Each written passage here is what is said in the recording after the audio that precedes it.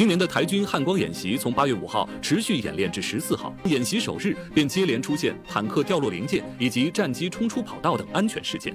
8月7号，演习进入第3天，所谓城镇韧性演习也同步进行。然而，台行政机构当天上午却发生供电故障，耗时近40分钟才恢复供电，遭到岛内舆论嘲讽。如果作战时期还没打过来，我们的行政机关就大停电的话，那这仗还打得下去吗？北辰啊，这次汉光演习不对，汉光演习都做了哪些安排？这次演习要有大突破，要全岛民众一起参与。第一步，切断网络；第二步，全员躲进地下室；第三步，静待救援；还有最后一步，每人准备一面红旗。怎么还要准备红旗？当网络断了，地下室塌了，救援来不了的时候，秀红旗就是唯一活下来的办法。原来是这样，那我也要秀红旗吗？你秀了红旗，对面也不认啊。你重点是要演习跑路，还是北辰你考虑的周全？我现在就去打包行李。小意思，请叫我演习鬼才。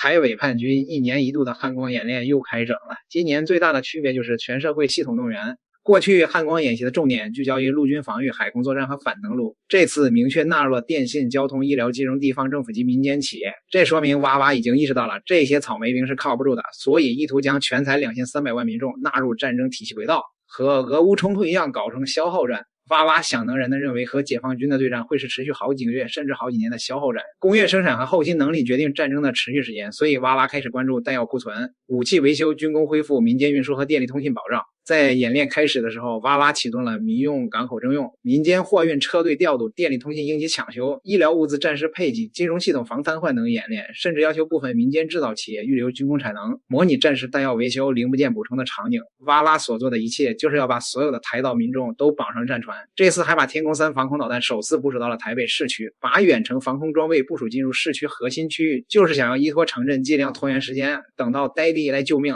而在居民区发射防空导弹拦截室外的弹体，脱落的助推器会直接坠入居民区，造成大规模的平民伤亡。本质上就是拿台北市民的生命安全换取防空阵地的短暂隐蔽。这次演习依旧乐子不少。开始前的筹备阶段，一辆单价超过1亿新台币的 CM34 云豹装甲车在机动途中撞上了路边的反光镜，连带撞倒了后方的广告牌。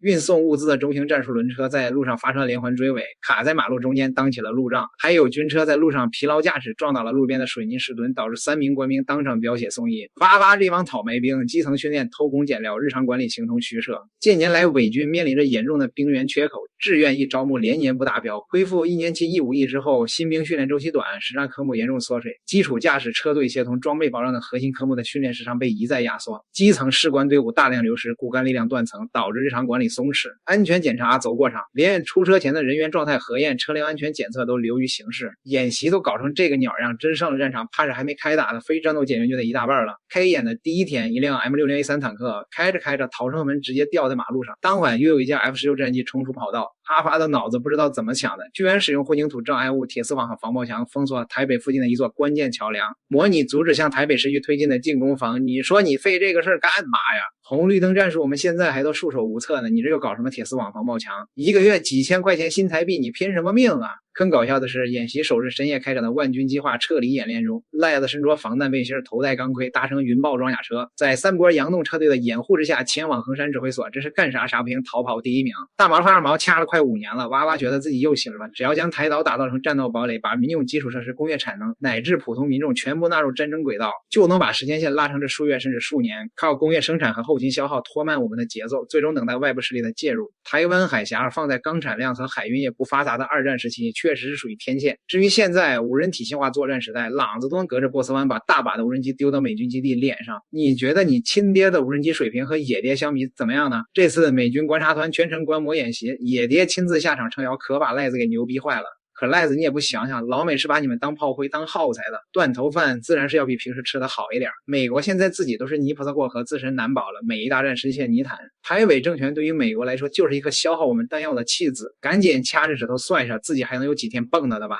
我们是没有机会反击的，谁造成更多的伤亡？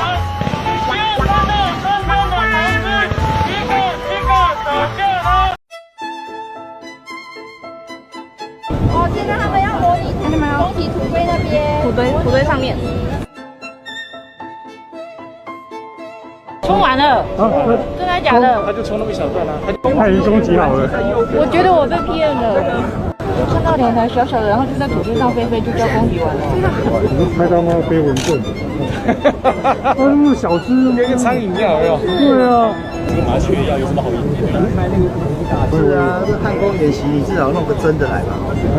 那么今年汉光演习才刚刚登场的首日啊，就发生又是战机偏离了这个轨道航道，又是呢有这个战车啊，是呢这个车上的设备都给抛出去了，甚至呢连这个门都给掉了也不知道。后来呢才发现怎么少了个东西，被嘲讽说真的是门儿都没有了。过去都讲军演是视同作战是真正的就要以作战的规格来面对的，何况这个所谓的演习是事先就已经知道在这一天在什么地方要来进行演练，在这样一个事先都已经有剧本的情况下，还会发生这种离谱的事件。那如果真的作战真的是在战场上，那真的叫做后果是不堪设想。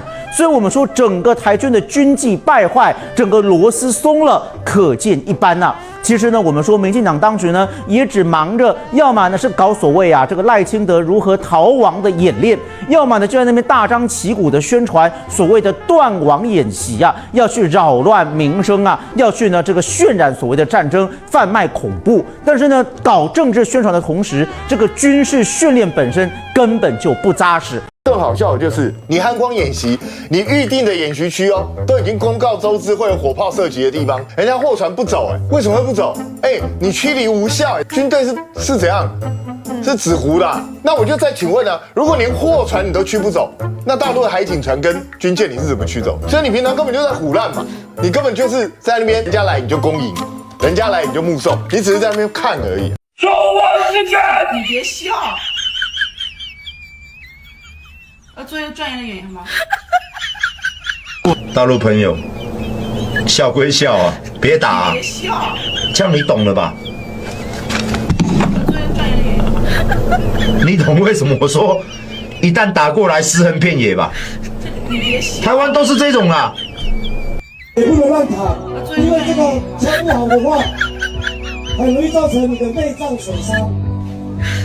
你别笑，看得出来，这位队员平常在队里面都不乖，所以队长一定要亲自敲。你别笑。进步。